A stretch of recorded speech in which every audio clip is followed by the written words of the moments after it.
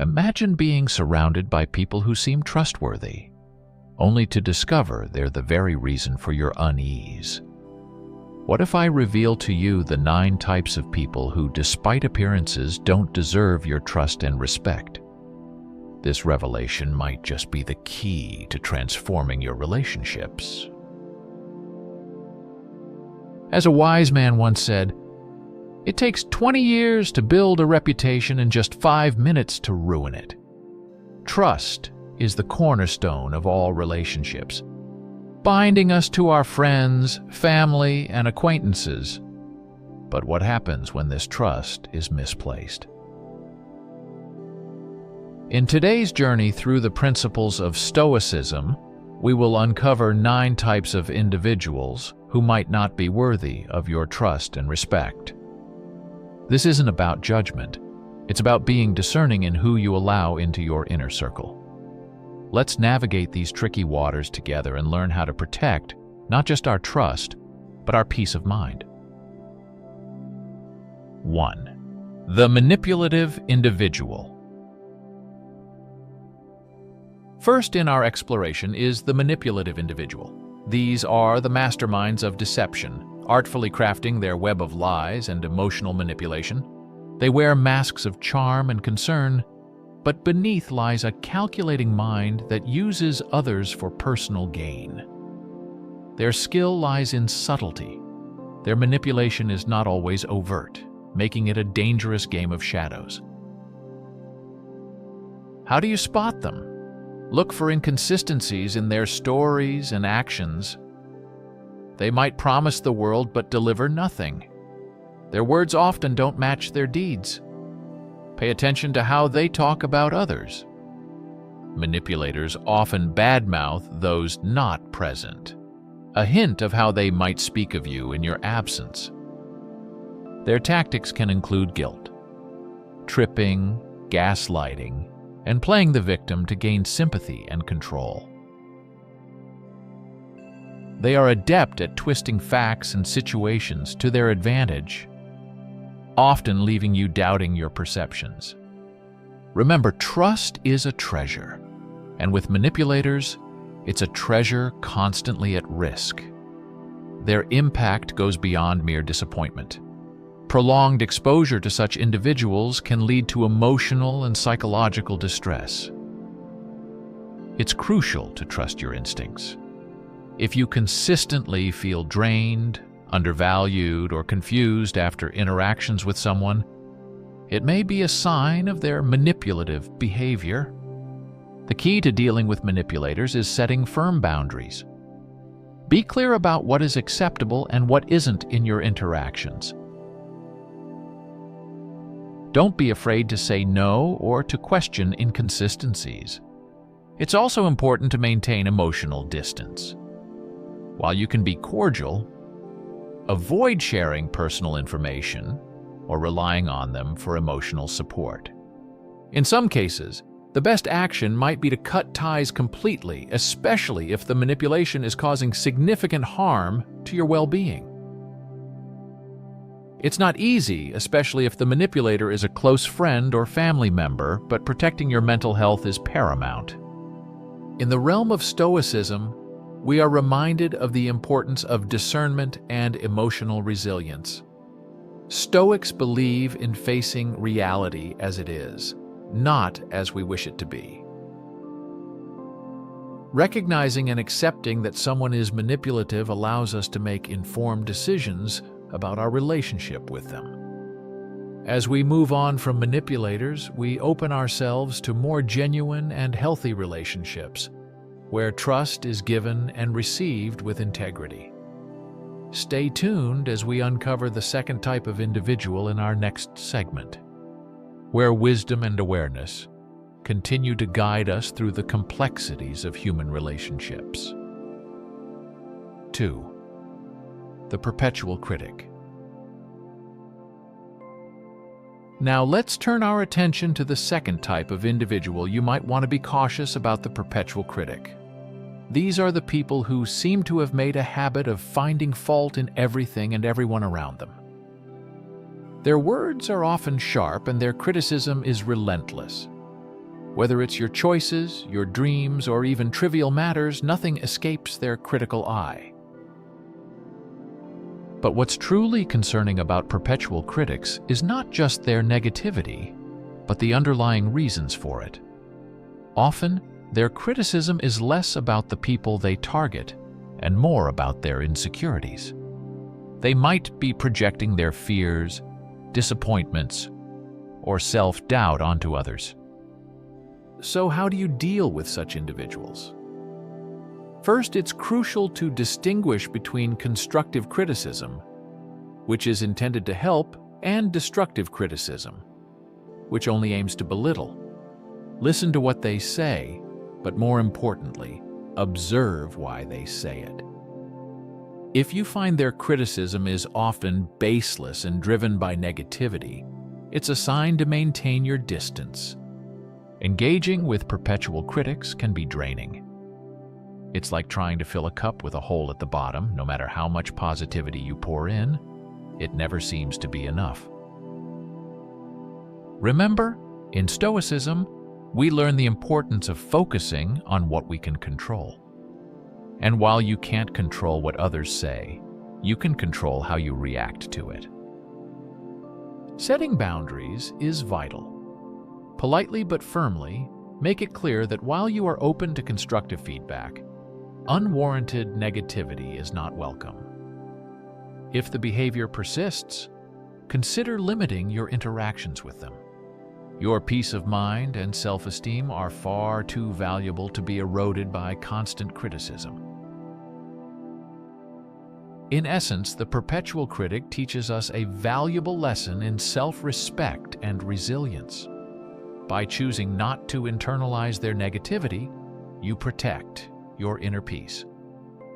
As we move forward in our exploration, let's carry with us the wisdom to discern what criticism to take to heart and what to let pass by us like the wind.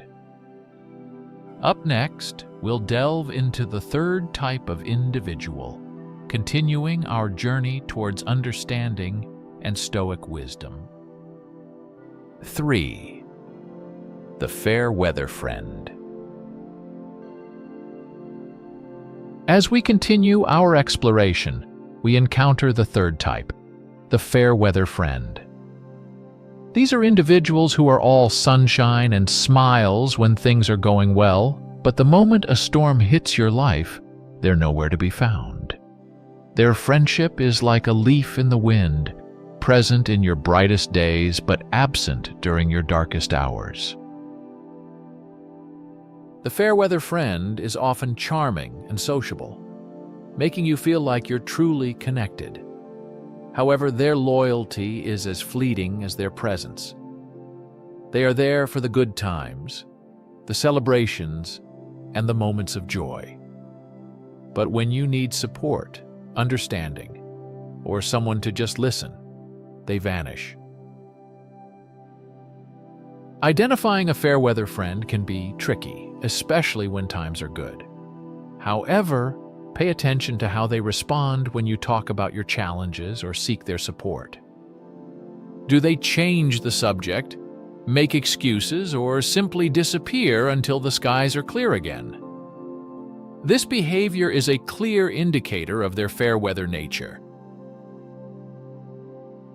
Dealing with such individuals requires a balance of open-heartedness and caution.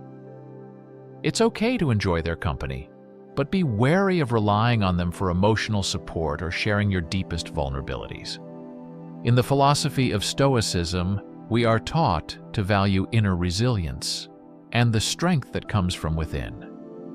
Relying too much on fair weather friends can leave you unprepared for life's inevitable storms. So cherish the good times with them, but also build a support system with people who are there for you unconditionally. These are the friends who will stand by your side through thick and thin, the ones who truly deserve your trust and respect. As we move on from the fair weather friend, we prepare to uncover the fourth type of individual in our journey. Each person we meet along this path teaches us something valuable about ourselves and the world around us. Stay with us as we continue to navigate these insightful revelations. 4. The gossip monger. Next, we turn our focus to the fourth type of individual to be wary of: the gossip monger. This person thrives on rumors and hearsay, often spreading stories that are not theirs to tell. Their conversations are a labyrinth of he said, she said, filled with details about others' lives that are neither confirmed nor relevant to them. Gossip mongers often present themselves as well-informed or in the loop, but the truth is their habit of gossiping is a sign of deeper issues. It may stem from a need for attention, a desire to feel superior, or an attempt to redirect attention away from their own lives. The danger of engaging with a gossip monger is twofold. Firstly, it involves you in a web of unverified and potentially harmful stories. Secondly, and perhaps more importantly, it sets a precedent for how your own stories might be treated. Remember the adage, if they gossip to you, they will gossip about you. How do you handle a gossip monger? The key is not to fuel their fire. Be cautious about what you share with them and avoid participating in conversations that revolve around gossip. When faced with gossip, a stoic approach is to either redirect the conversation to more constructive topics or to politely excuse yourself. In Stoicism, we are encouraged to focus on our actions and virtues rather than engaging in idle talk about others. This practice not only maintains our integrity, but also protects our mental peace. As we leave the gossip monger behind and move forward, let us carry with us the wisdom to engage in conversations that uplift and contribute positively to our lives and those of others. Up next, we will explore another intriguing personality type on our journey of discernment and understanding. Part 5. The Narcissist. Part 5 of our journey introduces us to the narcissist. This individual lives in a world that revolves solely around them. They are often charming and charismatic, drawing you into their orbit with ease. However, this charm is a facade for their deep-seated self-absorption and lack of empathy for others. The narcissist sees relationships as a means to an end, a way to boost their ego and satisfy their needs. They rarely consider the feelings or well-being of others, and their interactions are often one-sided. When engaging with a narcissist, you might find yourself constantly offering support and admiration, receiving little to nothing in return. Identifying a narcissist can be challenging, as they are adept at creating a favorable image. Yet cracks appear when they are asked to show empathy or engage in a give-and-take relationship. Their lack of genuine interest in others' lives and their propensity to steer every conversation back to themselves are telltale signs. Dealing with narcissists requires a strong sense of self and firm boundaries. It's essential to recognize that their behavior is a reflection of their character, not their worth. Engaging with them with an expectation of mutual respect and understanding will often lead to disappointment. In Stoic philosophy, we learn the importance of focusing on our virtues and not allowing external behaviors to disturb our inner peace. This wisdom is particularly relevant when interacting with narcissists. By maintaining emotional distance and not taking their actions personally, we protect our mental and emotional well-being. As we move beyond the realm of the narcissist, we continue to build our resilience and understanding of human nature. Join us in the next segment, where we will delve into another personality type that might be subtly impacting your life. 6. The Flatterer. This individual is skilled in the art of giving compliments and making others feel special, but their flattery often has an ulterior motive. The flatterer uses praise as a tool to ingratiate themselves, gain favor, or manipulate situations to their advantage. At first, it might feel good to be on the receiving end of such admiration. However, it's important to discern whether the compliments are genuine or a means to an end. Flatterers tend to lay it on thick, and their praise, while seemingly pleasant, can often feel insincere or exaggerated. The danger of engaging with a flatterer lies in the potential to be swayed by their charm. Their compliments might lead you to overlook their flaws or to make concessions you wouldn't normally consider. It's essential to stay grounded and not let flattery cloud your judgment. To handle interactions with a flatterer effectively, take their words with a grain of salt. Appreciate the compliments, but maintain a healthy skepticism. Pay attention to their actions, as these often speak louder than their flattering words. If you notice a pattern of insincere compliments being used to manipulate or gain favors, it's a sign to reassess the relationship.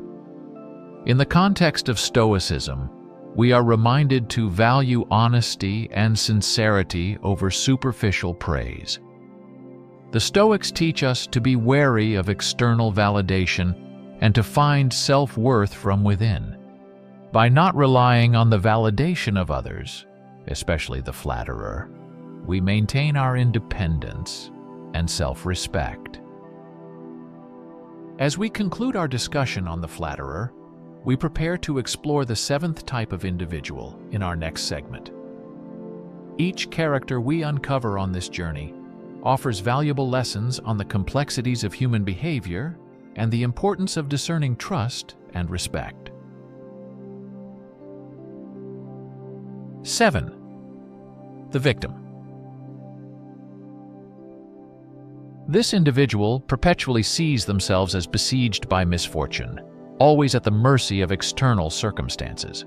They portray themselves as the perennial underdog, unjustly wronged by life, people, and situations.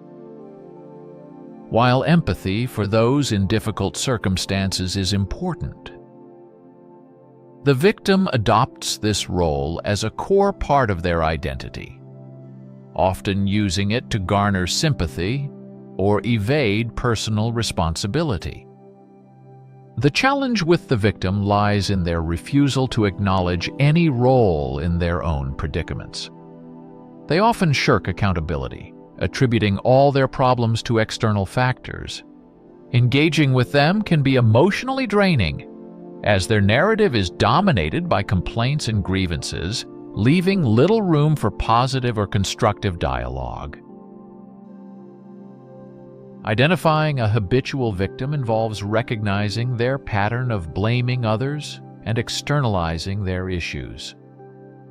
They rarely take steps to change their situation, preferring to wallow in their perceived helplessness.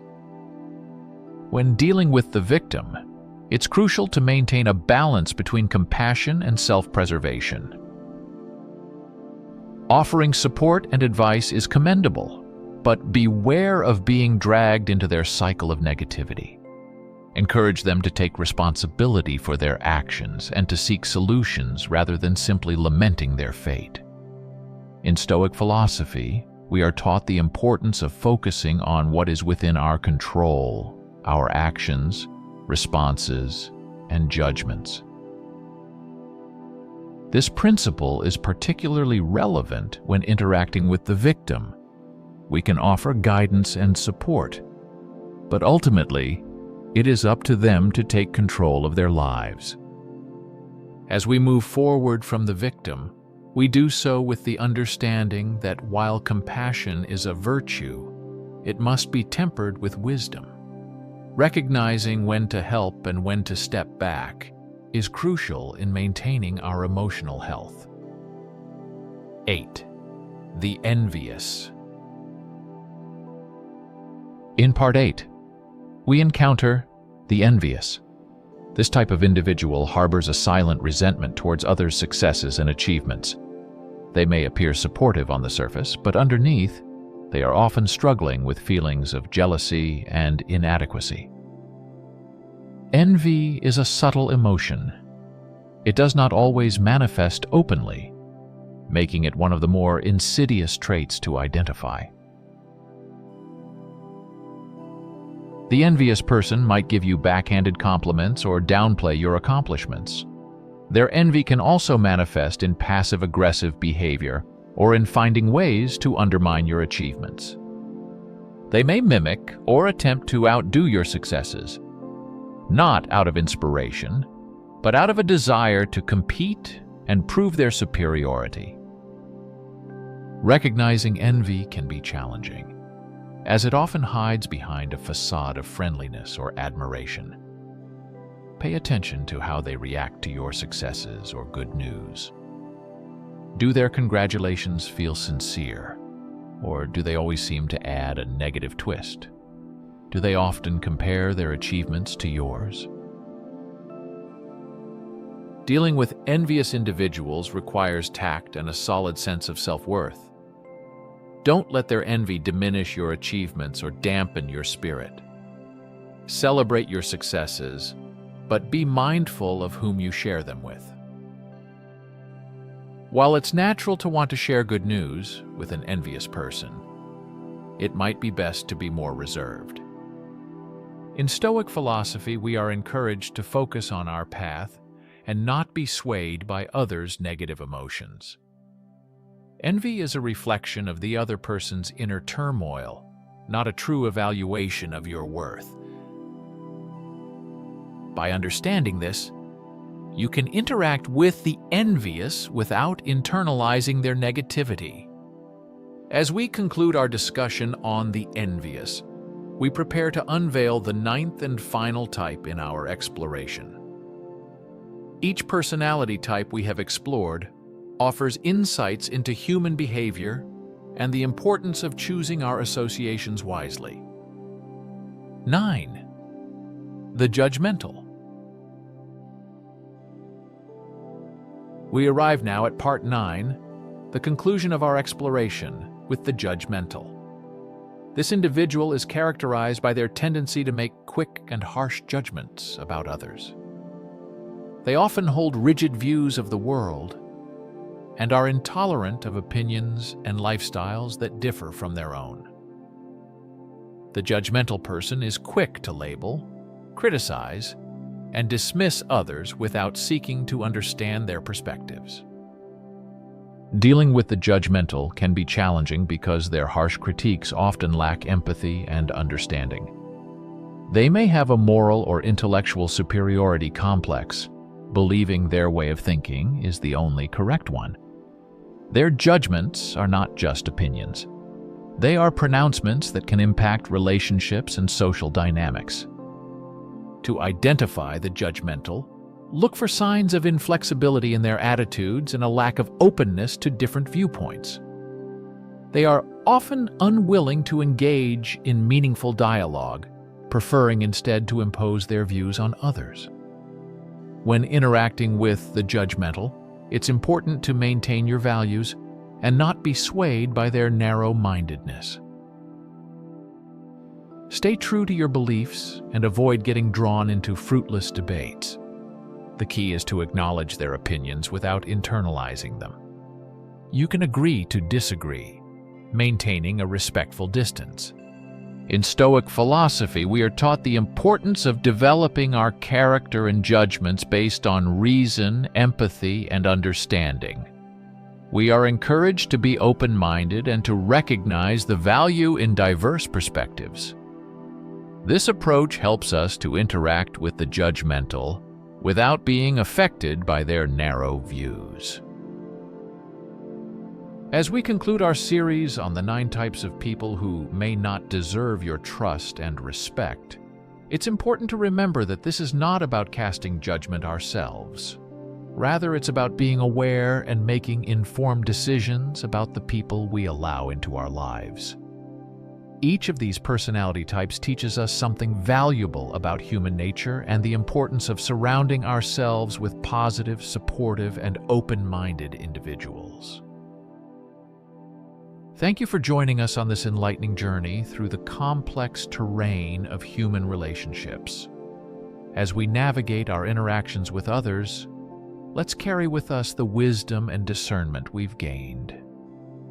Remember, the quality of our relationships greatly influences our happiness and well-being. Choosing wisely who we trust and respect is not just about protecting ourselves. It's about cultivating a life filled with genuine connections and positive experiences. In the spirit of Stoicism, let's embrace the power of emotional resilience, the value of true understanding, and the strength that comes from knowing ourselves and others deeply.